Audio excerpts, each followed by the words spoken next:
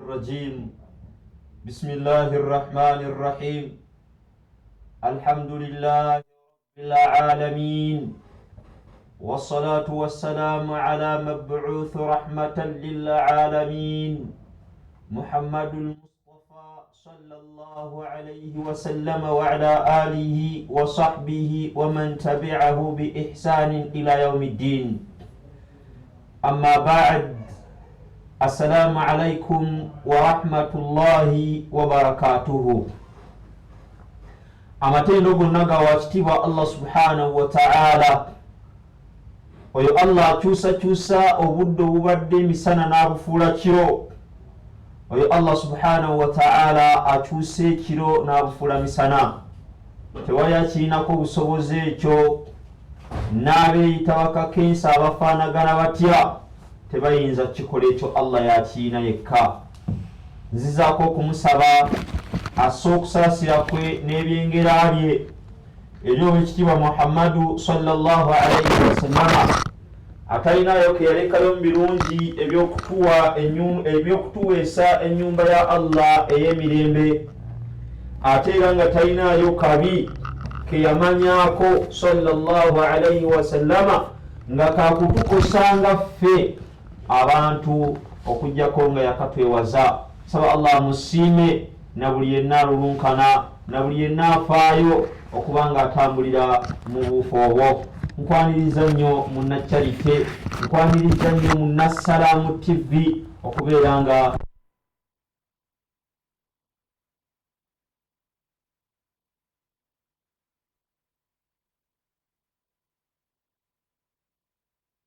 essaawa eziwera 3 tuba tugguse kukujjukiza nga tuyiga bwe tuwaayo mu bye tukuŋŋaanyiza wiiki nnamba bwe luba nga olunaku olusembayo mu wiiki lwe lwaleero ddala lwaki Allah subhanahu wa ta'ala tetumuwa nga tumugamba nti alhamdulillah ay Allah tukuwa wiiki ogitumazizzaako.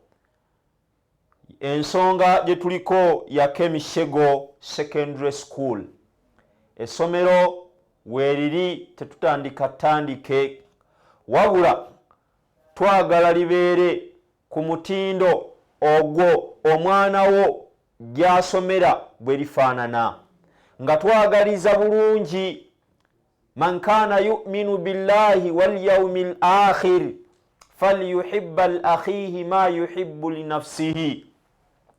Yenna akkiriza Allah n'olunaku lw'enkomerero w'ekitiibwa sallallahu alayhi wasallama atugamba ayagalize muganda we kye yeeyagaliza. Omwana owuwo essomero ly'asomeramu liyinza okuba nga terifaanagana nga Kemishego Secondary School. Omulanga gwaffe twagala nalyo tulifuule, tuligezeeko okulisitula libeere n'ebizimbe, enfuufu ekendeere, likubwe plasita, ebizimbe byongerweko, libeere nga lifaanaganako nga eryo mutabani wo muwala wo gy'agenda n'asoma.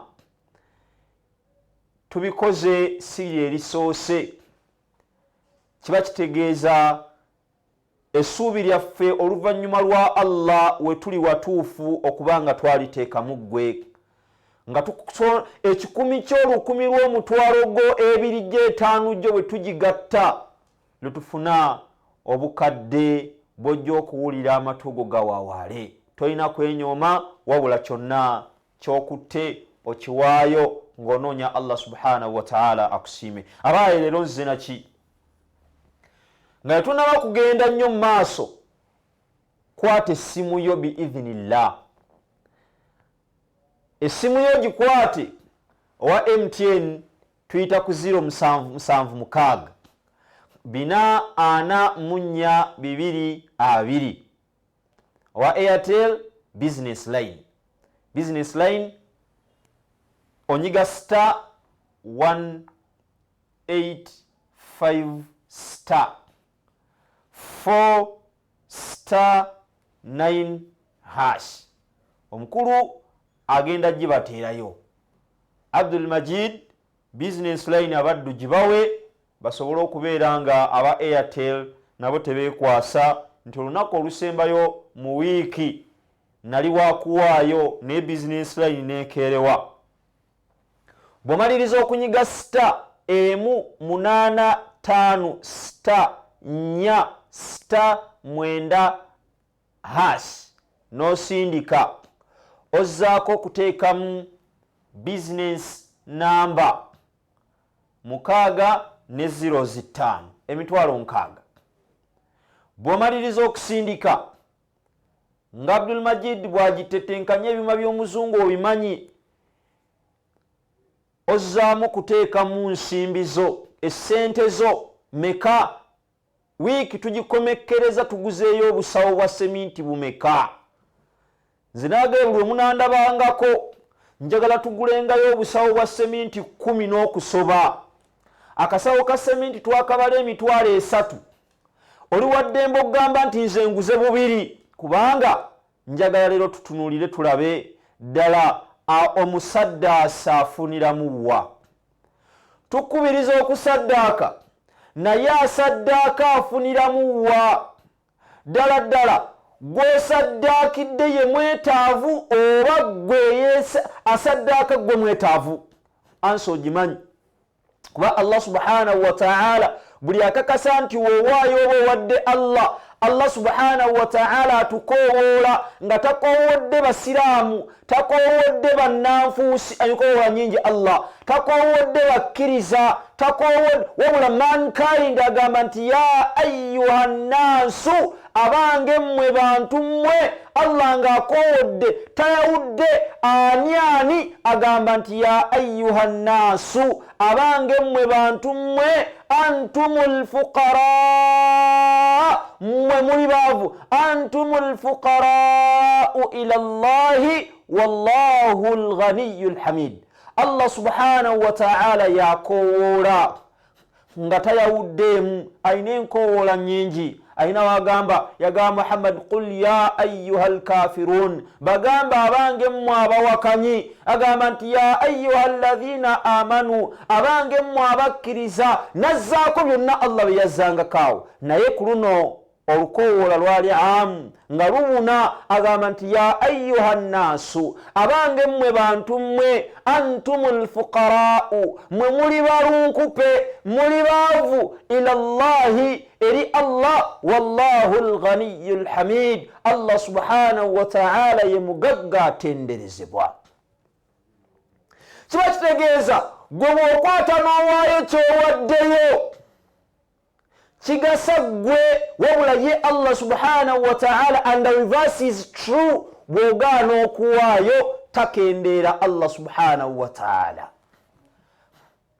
Wensijudde n'ekyo kyembuuza nti owaaye gwawaayo abawaayo mufuniramu wa? Ddala ma thamaratul infaq, ma thamaratu sadaqa, ebibala bya saddaaka byebiriwa? Lwaki wandibadde olulunkana okubanga owaayo? Lwaki ddala walibadde owaayo? Ma thamaratul infaq, ma thamaratu sadaqa, ebibala bya saddaaka byebiriwa? Lwaki ku makya n'akawungeezi walibadde obudde bwonna, sina ku makya n'akawungeezi wabula obudde bwonna wali lwamye nnyo, olunaku ne lutaziba okuggyako ng'oli mu abo abasaddaase.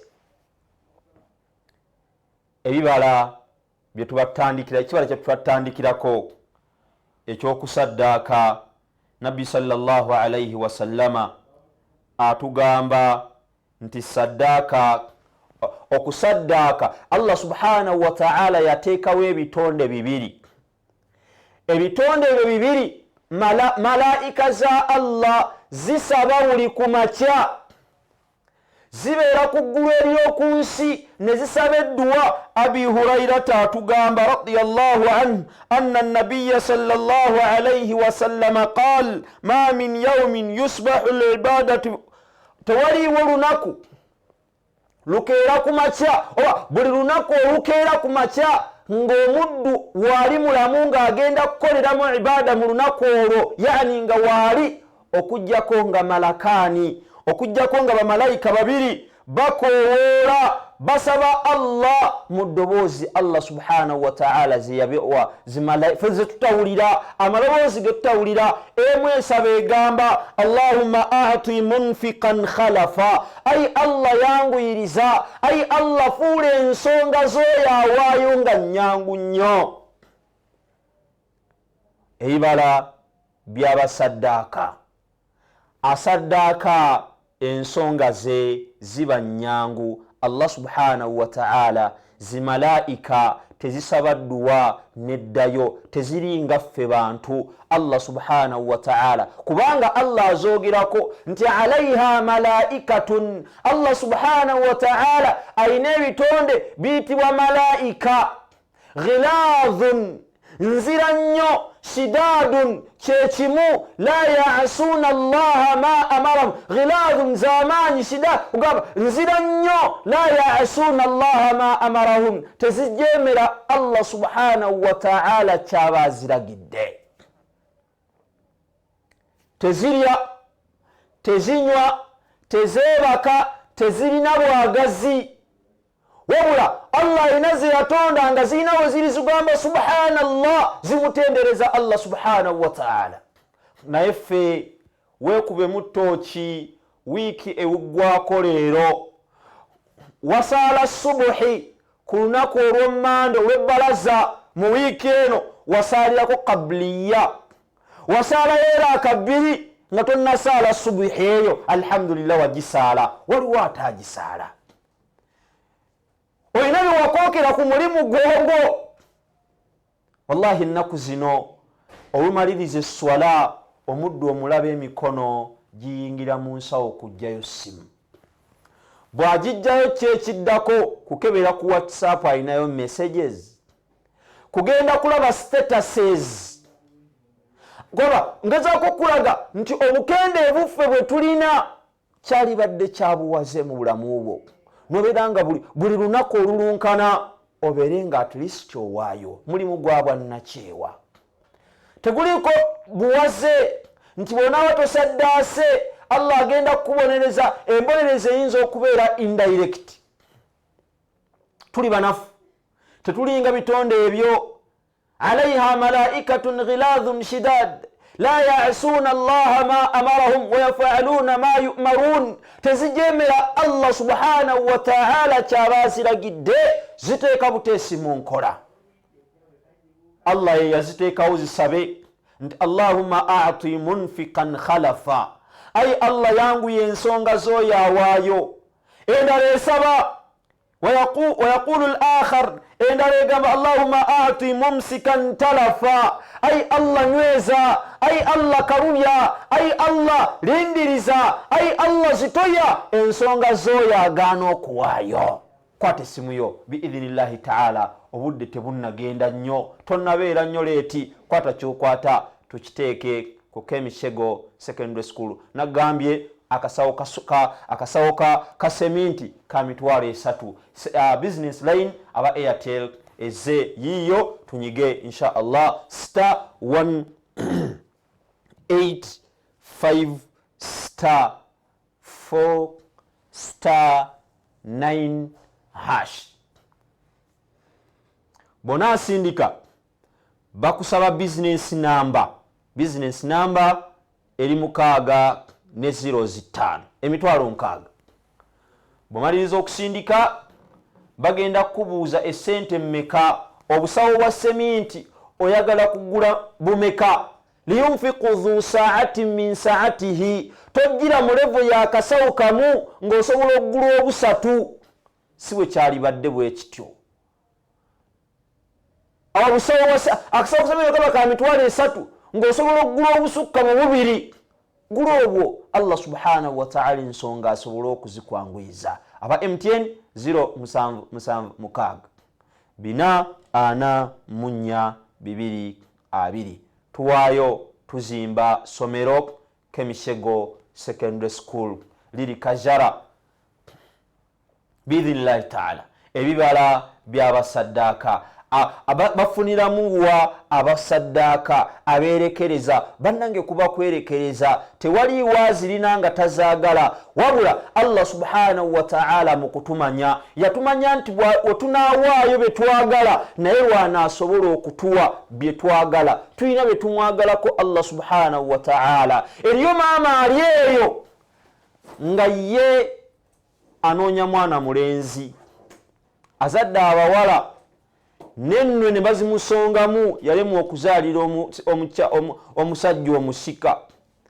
eriyo abatabitegeera nti ate musajja yalina okuleeta omwana nga yaga nti omwana kowalemwa okuzaala omwana omuwala ngenda for that reason kanoonyeyo omulala. gye bali abalina ababitaputa we batabitegeera we batyo.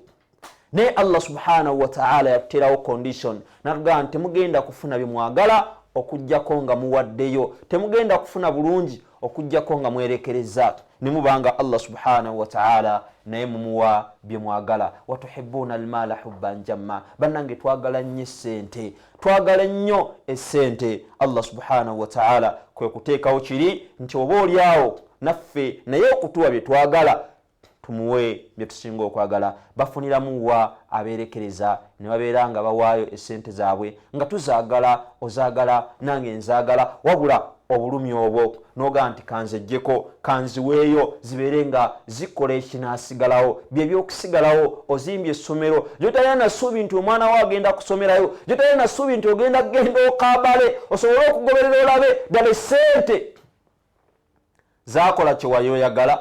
tosobola kubanga ogenda kusobola ofuna obudde obwo. ate ne opportunity wenaaba eweddeyo ey'okuzikubiriza wano ziwaayo, togenda sobola genda kajala kutwalayo ssente ezo. la obudde ogenda bujjawa. transport yekka atuukayo ayinza okubanga zoyagala okuwaayo ziggwera mu transport. tuzitoye ensonga gwe bw'ogiwulira gigamba omulala nti munnange nno waliwo essomero erizimbibwa, essomero lya secondary basomeramu Qur'ani, si Qur'ani yokka ne hadithi z'omubaka, si ebyo byokka wabula n'ebirala byonna nga naawe bwegomba omwana wo abisome yadde nga gwe tewabisoma. ebibala by'okusaddaaka afuniramu wa asaddaaka. ekisooka tulabye omuntu asaddaaka Allah subhanahu wa ta'ala yassaawo zimalaika 2 ezimusabira Allah subhanahu wa ta'ala ayanguye ensonga ze zonna. n'oyo agaana okusaddaaka Allah subhanahu wa ta'ala waliwo emusabira reverse, Allah mukaluubirize ensonga ze zibeerewo nga zizitowa, ensonga ze zibeerewo nga nkalubu. Allah subhanahu wa ta'ala tugamba nti alhaakumu takathur. alhaakumu takathur erimu kusuula zo. alhaakumu takathur kubalabankanyiza okukuŋŋaanya emmaali, kubalabankanyiza okukuŋŋaanya muweze hatta zurtumu lmaqabira, okutuusa Allah subhanahu wa ta'ala lwanaabatwala mubeere nga muyingira lahadi, mubeere nga muyingira gye mwakazaako mwana Adaani. owaye kwata essimu yo, ekitono ekiriko okiwe Allah subhanahu wa ta'ala. tasobola kubanga yalimba Allah. tuli baavu, yeye mugagga. wetunuulire byoyina olaba naye tuba tusoma omwana afuna specialization. what are your subjects? ava wansi eno ng'asoma byasoma, bw'atuuka watuuse mbu alina byalina okuggyako n'abaako era byasoma, n'atuuka ate mu HSC advanced level n'asoma 3. n'omusuubuzi tosobola kubeera waawo ng'osuubula kino na kino na kino na kino na kino na kiri, obeerako wo specializinga. ne Allah subhanahu wa ta'ala obeekiza mpeeye ekumala byonna Allah subhanahu wa ta'ala abirina. omutunzi w'ennyaanya bw'oba z'otunda zokka, Allah subhanahu wa ta'ala ennyaanya zo azirina. atunda by'otunda byonna Allah subhanahu wa ta'ala. njogera ekindeke ki? huwa alghaniyu alhamid. okuŋŋaanya okusevinga tusevinge, naye ate omusevinzi omulungi oyo asevinga ne Allah. teekawo kyoteekawo naye ate nga bw'ojjako Allah nga bw'omuwa ebibala ebirala ebya saddaaka. Hadithi eva ku Ibnu Umara radiyallahu anhuma, mutabani wa Umar bonna Allah basiime, agamba Nabbi sallallahu alayhi wasallam yagamba nti ahabbu nnasa ila Allahi, omuntu asinga obulungi eri Allah anfa'ahum, yoyo avaamu ebibala ebigasa abantu. Asinga obulungi eri Allah yoyo avaamu ebigasa abantu. N'okwata essente zo n'oziteeka ku nnyumba, n'oziteeka ku ssomero, abaana b'otamanyi baganyulwemu, basomenga tebalwala bigere. Nanti enfuufu eyo evaamu ebitonde ebiyinza okwagala okweyagalira mu bigere byabwe. Anfa'ahum linnasi, asinga obulungi eri Allah yoyo agasa abantu.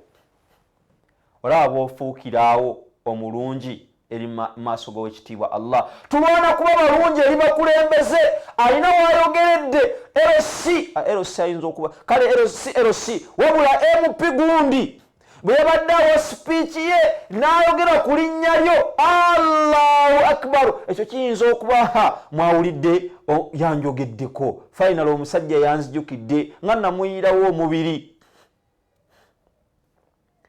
Naye okubeera Allah subhanahu wa ta'ala gwayagala amusingira bonna, Allah subhanahu wa ta'ala obeere favorite eri Allah subhanahu wa ta'ala, vaamu ebigasa abantu. Kwate sente zo oziteeke, oteeke ettaffaali ku muzimbo ogwa Kemishego Secondary School. Allah subhanahu wa ta'ala akufuule mwabo basinga okubeera nga yagala. N'agamba wa ahabbu al-a'mali ila Allah sururun tudkhiluhu ala muslim. Abaaye ate omulimu omuntu asinga okwagala omuwulidde anfa'ahum, yeggwe akutte essimu yo onyiga oteekamu essente 077644220.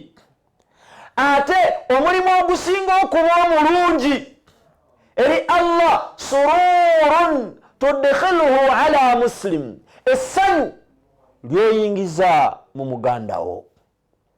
Njagala kubuuza gw'olowooleza ddala nti Kemishego Secondary School bwe tunaagijjawo eri, simanyi owa Abdul Majid osobola okunetera ekifaananyi ekyabaddu ne bakiraba, nebeera mu levo esingako weeri, essanyu teriibukale bannannyini kitundu. Essomero liiryo olirengera Kemishego Secondary School, waggulawo olengerawo eyo office oyo mukama waffe, naye alwana kutereeza ajja naaye wuuyo ekitundu yakituukamu naye ng'awangalira Kampala.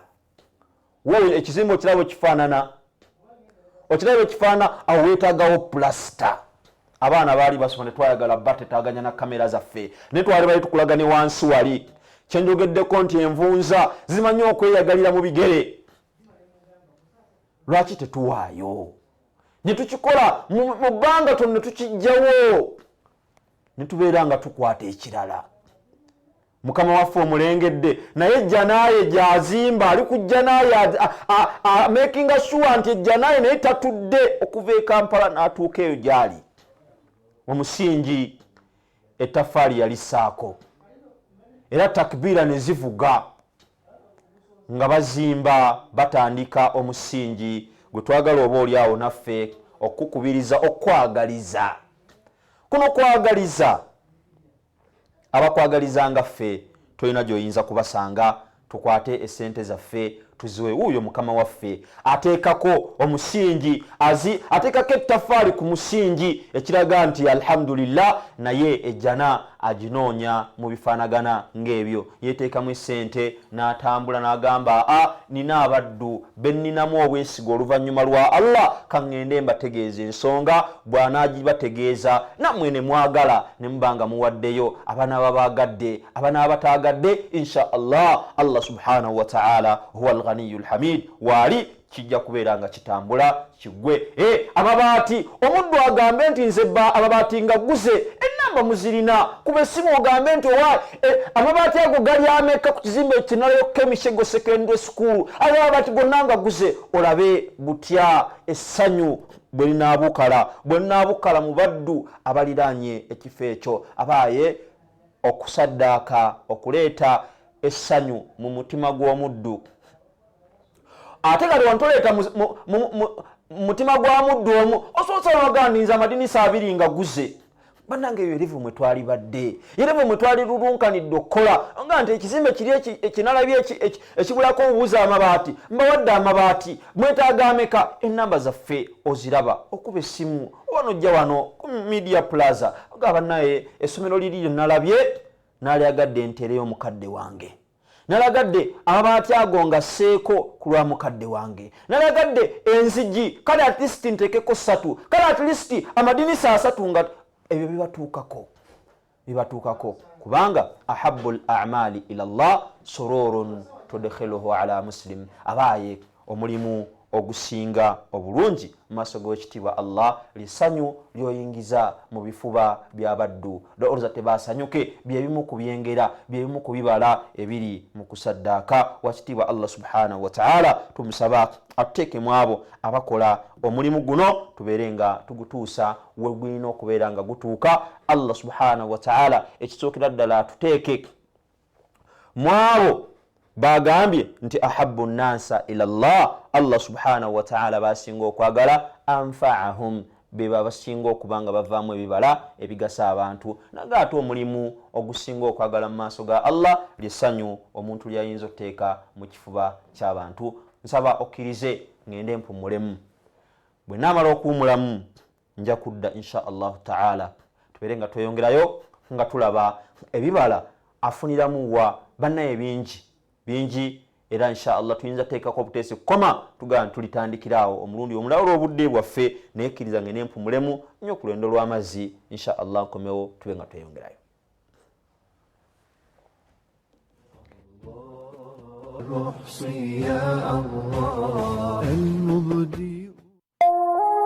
Eno ye Salam TV.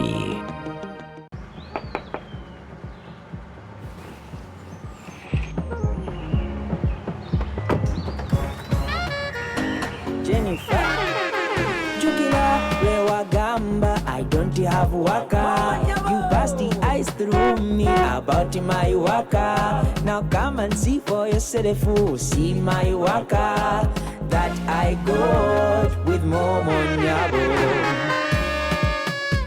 Jangola be waka. Look at you waka. See my waka that I got with Momo Nyabo. Waka ne MTN Momo Nyabo teka kumutesa emitwalo 2 oba okusingawo ku MTN Mobile Money yo oyinza okuba na mukisa anewanguliramu ku Toyota Succeed 3 oba okuba wangusa 2,000 buli weeki tugenda kugaba emmotoka 24 ne Mobile Money asoba mu buwumbi 2.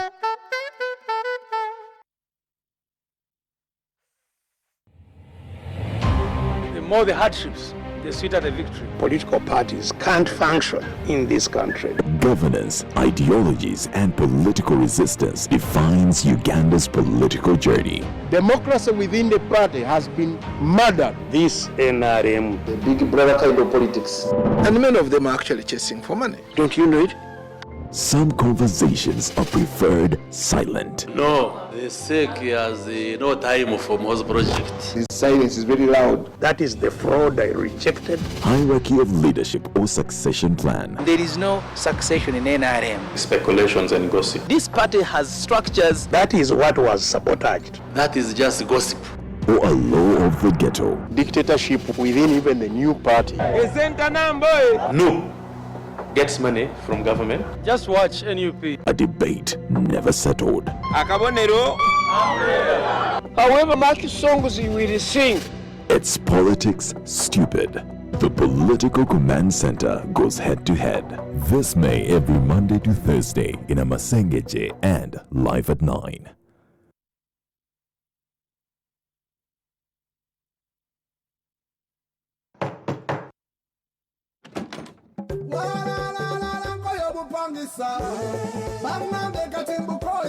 Oyagala poloti enteeketeeko obulungi? Jangu mu Sema tugikufunire. Tugula, tutunda era tukulaakulanya ettaka lyo. Tulina abapunta abalungi, tukyusa ettaka ne tulizza mu mannya go bambi. Jangu ofune ekyapa ekitalimu kamunguluze bambi. Sema Properties tuli ku buli luguudo olufuluma ekibuga. Gwayagala enkyukakyuka mu bulamu obwo? Jangu ofune ettaka eritaliiko nkaayana. Tusangibwa ku maka ga Faamajje Wandegeya nga wakava ku ssundiro ly'amafuta erya Shell. Sema Properties Limited tuli ku Sema House ekibanja 559 ku Bombo Road Wandegeya. Jangu ofune poloti enteeketeeko obulungi olwaleero mu Sema Properties. Essimu 0774 0 3 oba 0704 366 268 ne 0772 42 53 52. Awo ng'otuuse mu Sema Properties.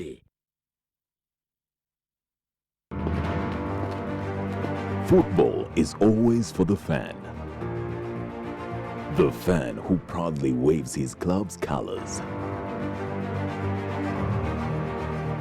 The one who is always looking forward to the next game day.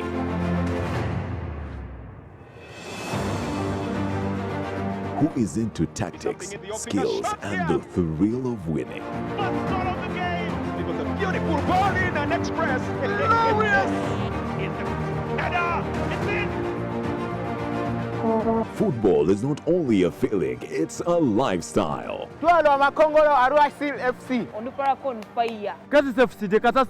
Catch all the action of the Star Times Uganda Premier League only on Sanyuka TV. Let's raise our flag. Brought to you by MTN, the official broadcast sponsor. Everywhere you go, MTN. In association with Rubies, making your life's journey better. Plascon, color your world. Eno, yes, Salam TV.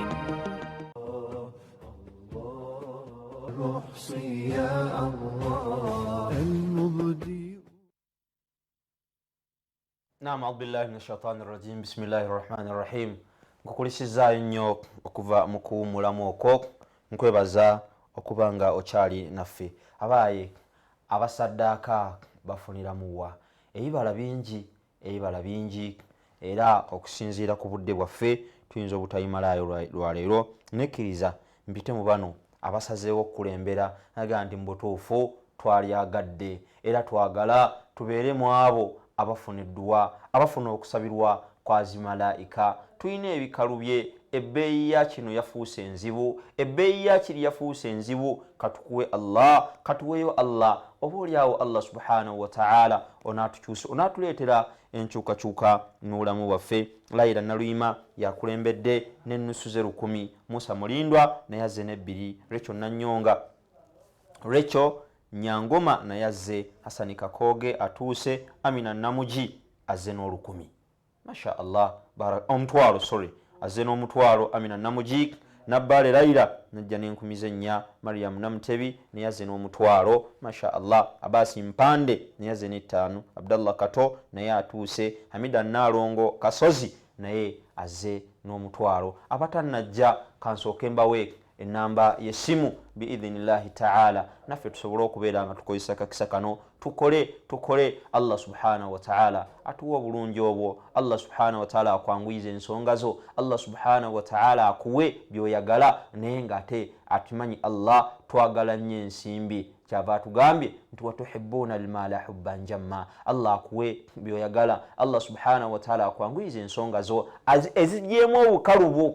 Allah subhanahu wa ta'ala azanguye akuteeke mu abo abaddu basinga okwagala nti ovuddemu ebibala ebigasa abantu era akawungeezi kano okoze omulimu Allah subhanahu wa ta'ala gwasinga okubeera nga ayagala. Aba MTN 077 6 4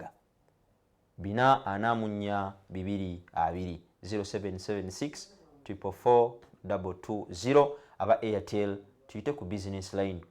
Aba Airtel tuyite ku business line onyiga *185 *4 9 *4 185 star 4 star 9 hash. Bw'onaasindika bakugambe teekamu business number. Business number oteekamu emitwalo 6 ne 05 obalamu 1 2 3 4 5. Bw'omaliriza gula akasawo ka seminti. Gula akasawo ka seminti ka mitwalo 3. Bw'oba tosobodde gula akasawo ka seminti teekamu kyotaddemu kubanga ebbiri oziwulidde baziwaayo, 10 baluwaayo, n'ebitaano bijja hatta n'ekikumi kisobola okutuuka. Tonyooma kyonna ky'osobola kuwaayo. Bw'omaliza okusaamu essente zo teekamu referensi, wandikamu Kemi Shego. Osazeewo ddisala ogamba Kemi tutambuliraawo, oba ekigambo salaamu oba erinnya lyo. Bw'omaliriza teekamu Airtel Money pin yo. Insha Allah nkukakasa oluvannyuma lwawe ekitiibwa Allah nti essente ezo zijja kutuuka insha Allah taala. Abdallah Kato azze, Abbas Mpande azze, Mariam Namutebi naye azze n'omutwalo, Amina Namuji, Hasani Kakoge naye atuuse, Abdallah Kato, Hamida Nalongo Kasozi gwe nakomyeko luli, Rahma Saadi Najjagwe naye azze masha Allah n'omutwalo gumu 1000, Kuraisi Segujja 10500 naye aluwaddeyo Hariyatibira naye awaddeyo 5. Agenza okugira aga nti ebibala bino mu butuufu akawungeezi kano olunaku olusembayo mu wiiki, enkya wiiki etandika yawumul ahadu olunaku olusooka.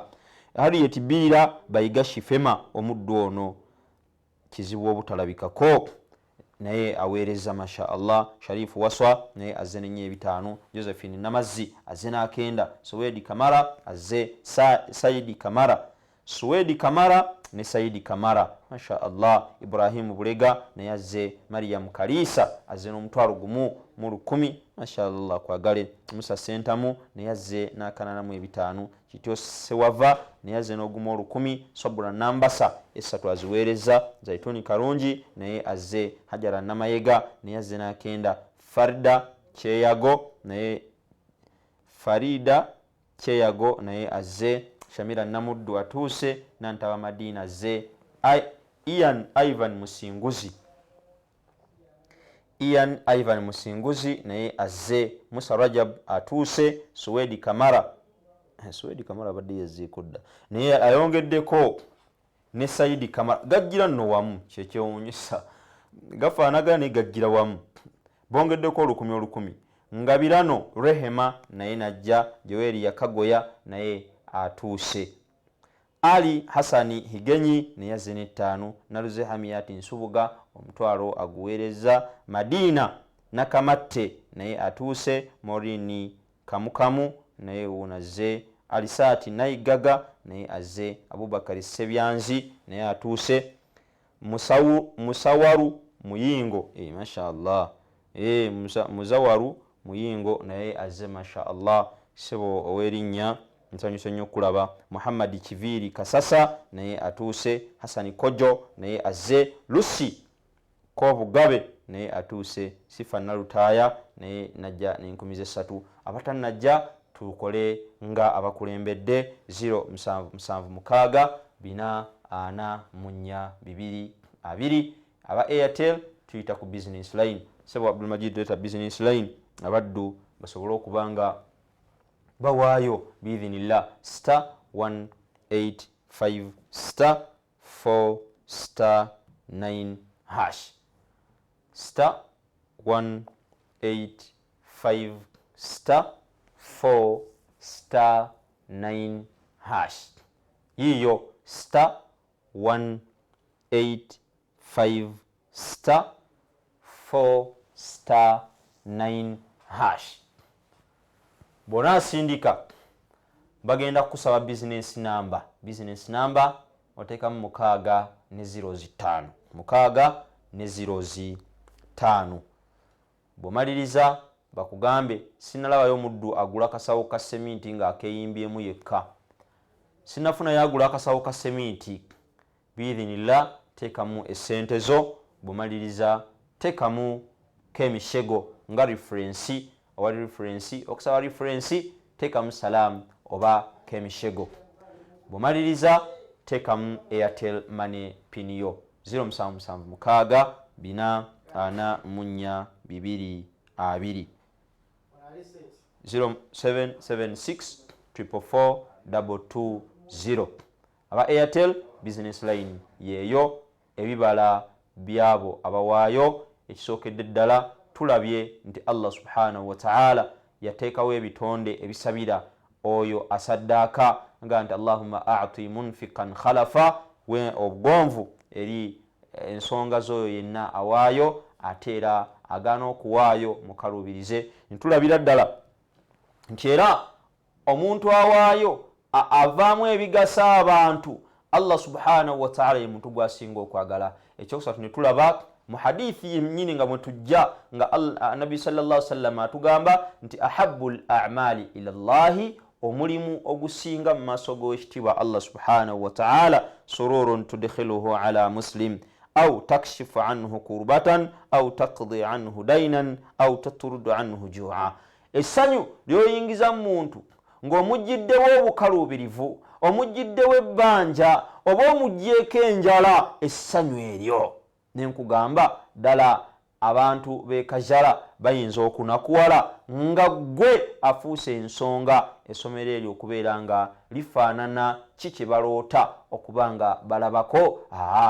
Essanyu nkakasa lijja kuba lingi era naawe Allah subhanahu wa ta'ala toyinza kubeera nga oviiramu awo. Mu bimu ku bibala ebya saddaaka mudha'afatul hasanati fi dunya wal akhirah. Allah subhanahu wa ta'ala akubisizaamu.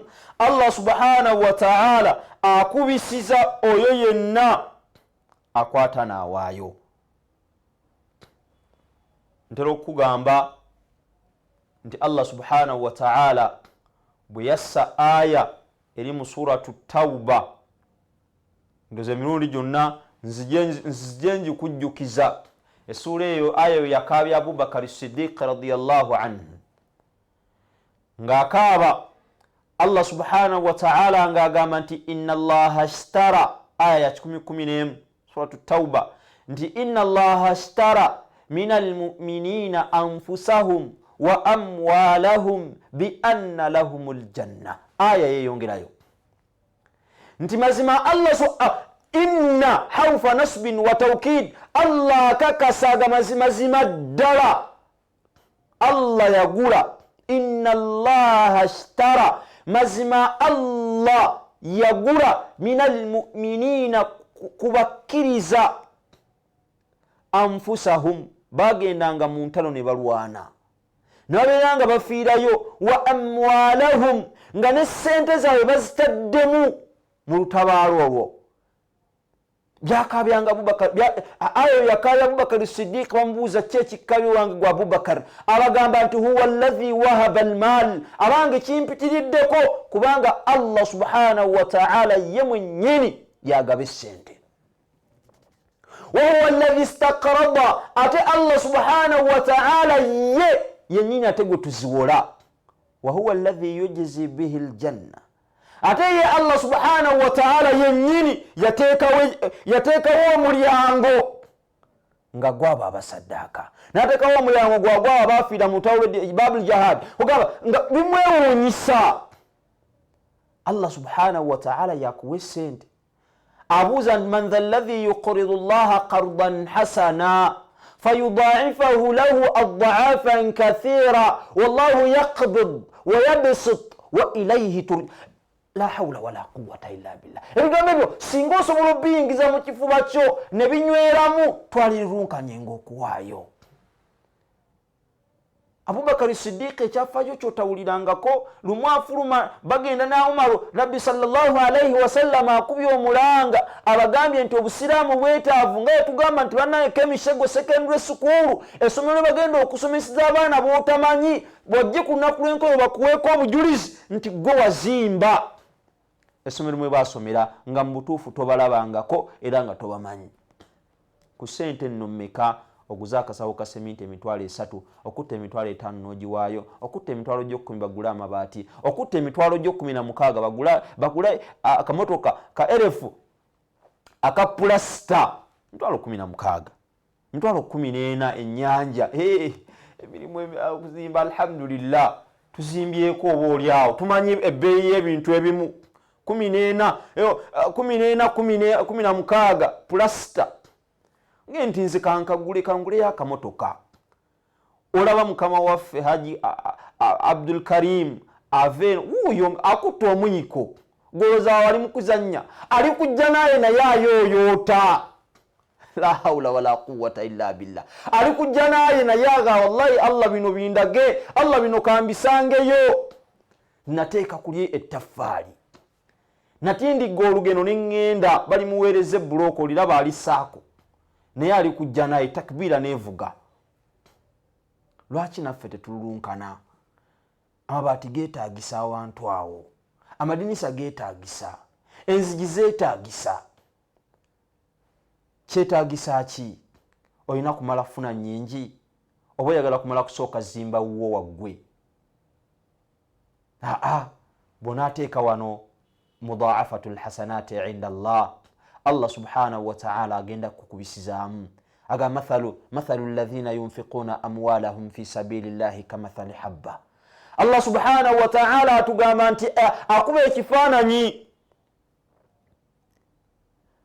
Allah akuba ekifaananyi ekyabo abakwata ensimbi zaabwe ne baziwaayo mu kkubo ly'owekitiibwa Allah subhanahu wa ta'ala agamba nti abanga asimbye empeke emu ambatat 7 sanabila empeke emu katugambe kale ya kasooli nekula nevaako eminwe 7 fi kulli sumbulati 100 habba buli munwe ne gubanga guliko empeke 100 okutte 1,000 n'oguwaayo okutte 5 osimbye empeke nekula ng'eriko eminwe 7 ddala si bibala birungi ebyo nga bannange embeera ne bweba enyiza etya twalyagadde Allah okutuwa relief twalagadde Allah okututa twalagadde Allah okutusumululirawo twalagadde Allah subhanahu wa ta'ala okutuwa obuweerero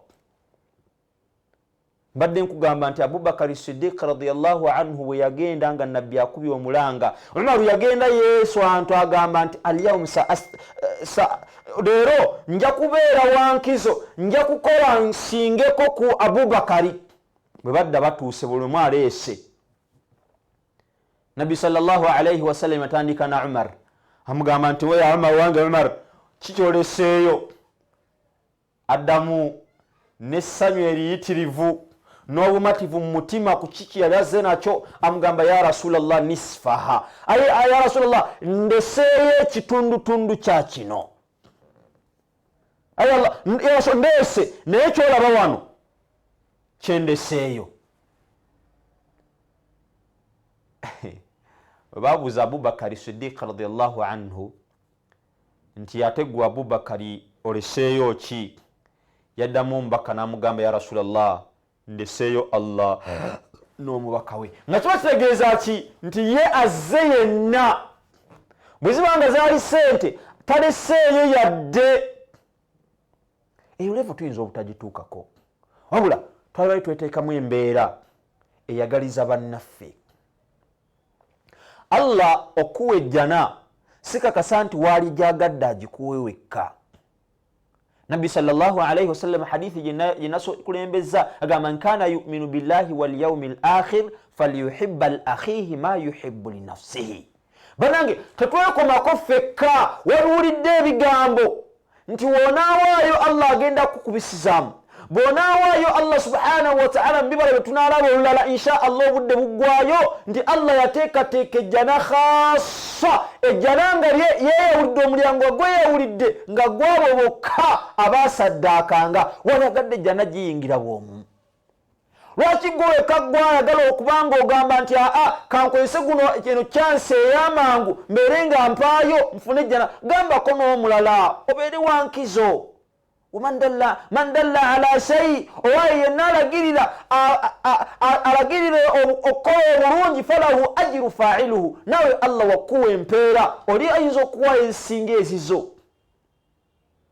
Mwina abaana bali mu biyumba eyo biyumba bita biyumba bali bweru biyumba simanyi wabula bali bweru mugambe ongaye waye tolaba TV naye mwana wange waliwo wano n'ensonga ogamba bali eyo baagala kufumbirwa gye bali eyo babeera ku masimu noonyeza omusajja mugambe nti emu ku kkubo Allah subhanahu wa ta'ala okwanguyiza baako kyoweereza oneesige biidhinillah omuwe enamba yennyini y'essimu omugambe nti baako kyokola wabula essomero erizimbibwa liri wala eyo oteekeko kyoteekako Allah subhanahu wa ta'ala byonna ebyo byobalawo owanike emikono ewa Allah ensonga ajja zikola naye twetuulako information ne tuba nga tugiwulidde tujagalize n'abalala tubagambe olina mutabani we yamaliriza okusoma emirimu gibuze si kyogera nti zaagenda omuwa omulimu wabula Allah waali Allah subhanahu wa ta'ala waali atugambye tetugenda kufuna bye twagala okujjako nga tuwaddeyo naffe bye twagala ate nze nabaga ne ansa nenginoonya nengifuna watuhibbuna almala hubban jamma twagala ennyo ssente nakana kawala kange oludde waka kakwata wano mukanzu wano kyente akwata wano kyente era woba olina ekinusu awo oba owonye ogamba Allah subhanahu wa ta'ala yasinga lwaki tuzaagala nnyo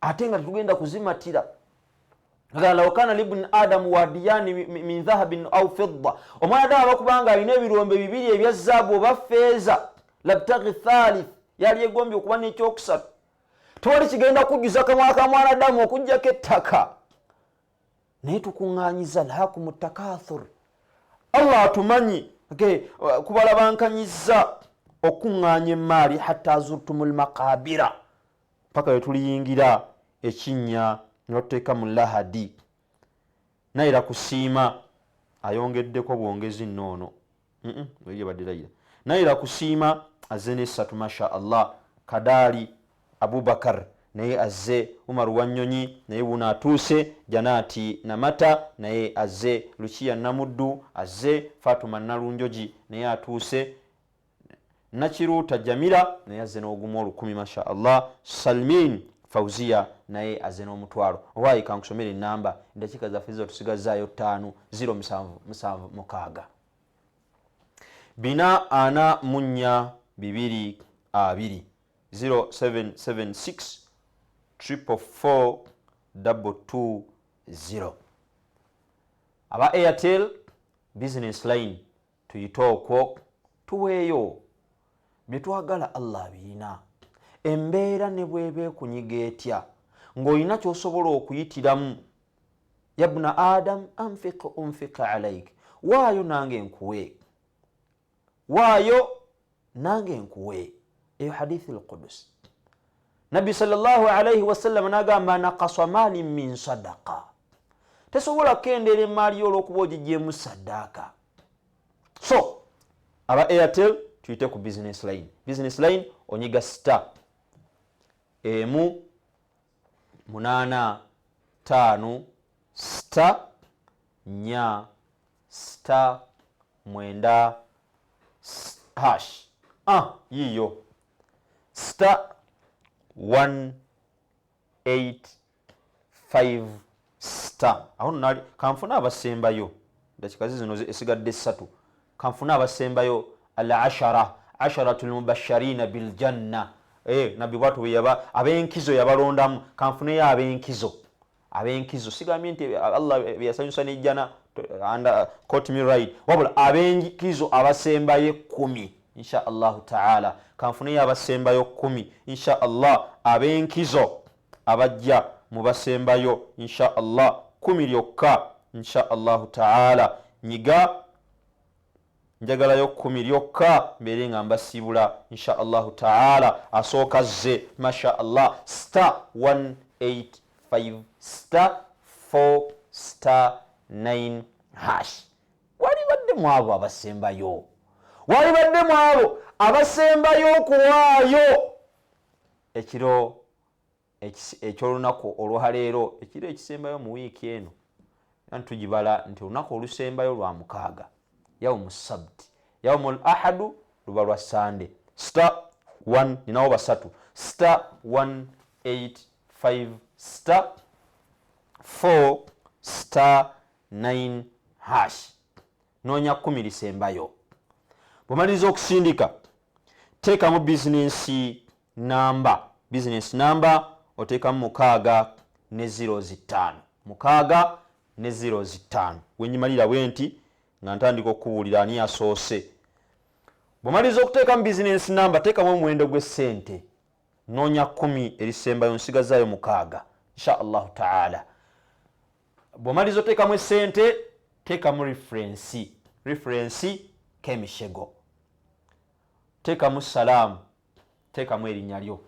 Bw'omaliriza oteekemu Airtel Money pin yo. Aba MTN 0776 484 abasembayo. Maada Serwadda nusu 10, Hasani Kisitu 15,000, Azida Kemigisha omutwalo, Rajabu Kabisanga 10,000, Ali Lubega naye azze na mutwalo. Esigadde 5, ninawo 5 insha Allahu taala. 0776 484 22 0776 484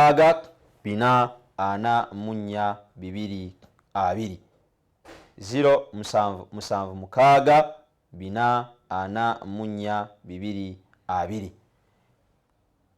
Zaituni Karungi Hajara na bayisa ate bayitirivu Hajara na Mayega, masha Allah recho bakomyewo bayitirivu n'abamaze okuwaayo nabo bazze, naye akadde bwe kaba kaweddeyo sisobola kubeera nga nkasussaamu. Saba wakitiibwa Allah subhanahu wa ta'ala atusiime, Allah subhanahu wa ta'ala tuteke mbasinga okubanga ayagala mu baddu be ababayingiza essanyu mu balala. Allah subhanahu wa ta'ala tuwandiikeko okubanga tukoze omulimu ogusinga obulungi, kubanga tujjiddewo tuyamba ku bantu. Allah tuwandiikeko ekyo. Edduwa ya zimalaika Allah subhanahu wa ta'ala abeerenga naffe agitubalako okubeera nga tuwaddeyo. La ilaha illa anta subhanaka inna kunna min adh-dhalimin. La hawla wala quwwata illa billahi al-aliyyil azim. Wa sallallahu ala sayyidina Muhammad wa ala alihi wa sahbihi wasallim. Nkoze ne Hasani Sibu ku kamera, ne Abdul Majid Musisi mu control room, Qasim Katerega yali mu byensimbi ezowulira nkusomera, amannya Mustafa Muyingo. Allah subhanahu wa ta'ala musaba atukuume tusinkane emirundi emirala. Subhanaka Allahumma bihamdi nashhadu an la ilaha illa anta nastaghfiruka wa atubu ilaik. Assalamu alaikum wa rahmatullahi wa barakatuh.